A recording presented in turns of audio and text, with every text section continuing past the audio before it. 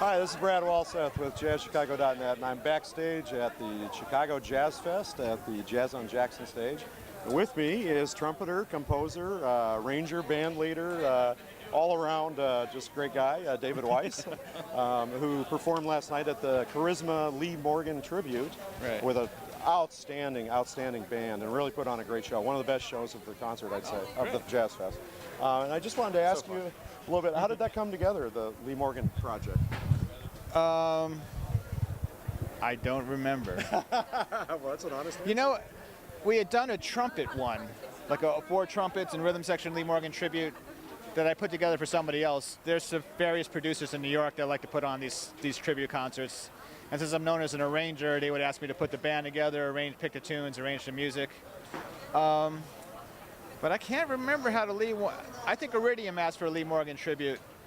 And this time, I mean, I'd already been playing with Billy Harper in this band, The Cookers, and also with the Charles Tolliver big band. And so I had the idea, like, well, we should pair Benny Maupin and Billy Harper together, the 2 guys that played in Lee's band at the end. And that was the hook to me. So I took the material that working band did, the music from Live at the Lighthouse and from his last record, and we put about 10 or 15 of them together, and I think we did a week at Iridium. And then we've done a few festivals since, and another week at Iridium. And the personnel's been changing, but it's always Billy Harper and Benny Maupin. Jerry Allen's done it. Charles Tolliver's been the other trumpet player. Billy Hart's done it. Who else? I think Jeremy Pell played trumpet once. Nice. So it's a revolving cast, trying to get the best people you can. Now, that's not the only tribute you do, right? No. I do a Wayne Shorter one too. All of these things came out of something else somebody asked me to do that I kind of like said, nah, this is going to be my thing now, and I turned it into something I wanted to do. The Wayne Shorter thing began as a label in Spain. Fresh Sounds had wanted to have like kind of a big label big band, and we decided to do this, Wayne Shorter music as a thing. So it's like a mini big band. It's like an 8-piece band, 8-piece horn section and like 11, 12-piece band. And I arranged a lot of Wayne's music for that size ensemble. And over the years, it's the same thing. It's morphed into more like an offshoot of my band, a new jazz composers octet. Myron's played in the group. And we just played at Iridium a couple of nights, the day before we came here. I've done a lot of other tributes, but those are the 2 that like kind of stick and really have a life of their own.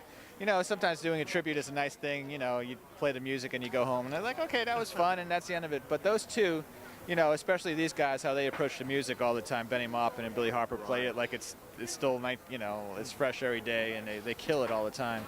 So anytime I can play with those guys, I don't care the excuse to call it a Lee Morgan thing, call it whatever you want. I'm going to do it. And the Wayne thing it's a fun. You have to play the Sidewinder every night. I went through that with Freddie Hubbard. I mean, he played with my band for 8 years, 9 years or something, and we played Red Clay every night. And he announced it every night, like, this is the tune that's paid my rent for the last 20 years, 30 years. And then he turned to us and go like, So it's kind of like, thank you for, buying this house for me, but, And it's the same with Sidewinder. I mean, the version on the Live at the Lighthouse, Lee Morgan, is killing. They really turned it into like a vamp thing. That it was a completely different thing than a recording. It was really strong and loose.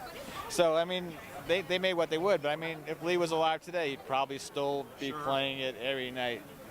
And towards the end, Freddie, we did like a 70th birthday celebration.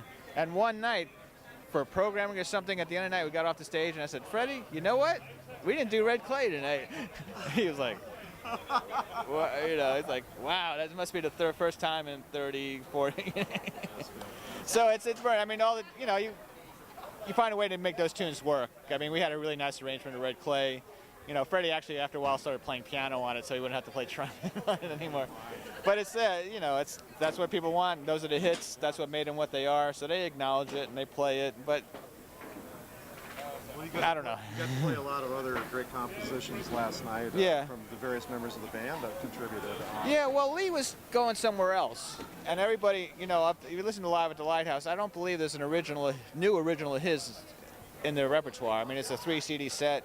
They go through about 15 tunes, and they're all written by Harold Mayburn and Jimmy Merritt and Benny Maupin. you know, and they're all great tunes. And Lee makes them his own because it's his band and he puts his stamp on them. But wherever the direction of the band was going, he was kind of doing it through the writing of the other guys of the band, sort of like Art Blakey did and a lot of other guys.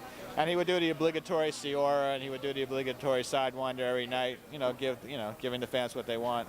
And it worked. And it's the same thing when we do this Lee Morgan tribute. They're like, "Why aren't you doing more Lee tunes?" And you're like, "Well, it's this period, this thing that we're going for, giving those guys, a chance to play in the best atmosphere for them." Well, I thought it turned out great. I think it was very successful. Oh, good. I really appreciate you taking the time and good luck. What do you have planned in the future? Well, my own band, Was that the Octet, the new composer? the New Jazz Composers Octet, that's sort of on hiatus. It's an 8-piece band, and guys are all over the place. Myron's, launching quite a significant solo career now, plus playing with Brian Blade. Our tenor player, Jimmy Green, is now teaching in Winnipeg, so to bring him down to New York for a couple of days. So, I mean, we're all moving past it. We still have one more album in us. We still have enough material, and, eventually when we all kind of get together, we'll do a couple of gigs and do one more record.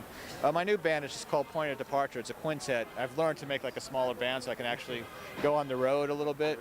So the new band's called Point of Departure, and we just did a record on Sunnyside. Oh, excellent. That just came out a few months ago. Do you, who's on that? With my bands, I try to introduce younger guys. Like the Octet started in 1996, and Myron Walden and Jimmy Green and Nisheet Waits, and even me, Dwayne Burnham, none of us were really doing much of anything yet. My second band was the Sextet that introduced Marcus Strickland and E.J. Strickland. They were still in college, and I kind of put that band around them.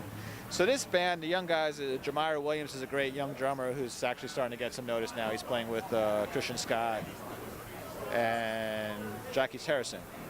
And J.D. Allen, who's starting to get a little name for himself. He's a tenor player. And a young guitar player named Nir Felder, who you'll start hearing. He's playing with Greg Osby now. And a very talented young guy. So you've been discovering young talent and developing them, huh? Well, maybe developing against their will a little bit sometimes. It's weird. Every younger generation, they think they know more and more, and I guess I'm getting older, and you just roll your eyes and hope they get it. But, just the actual experience of them playing in the group and working on the music, they get it. There's a lot of talented guys out there. They just need experience with somebody. Well, good. So Point of Departure. Yeah, on Sunnyside. On Sunnyside Records. It's called Snuck In. Cool. It's called what? Snuck In. Snuck In? Yeah. Nice. Cool. Okay, well, very good. Thanks Thank very you. much, and appreciate taking the time with us. No problem. Thank you. Good luck to you in the future with all your projects.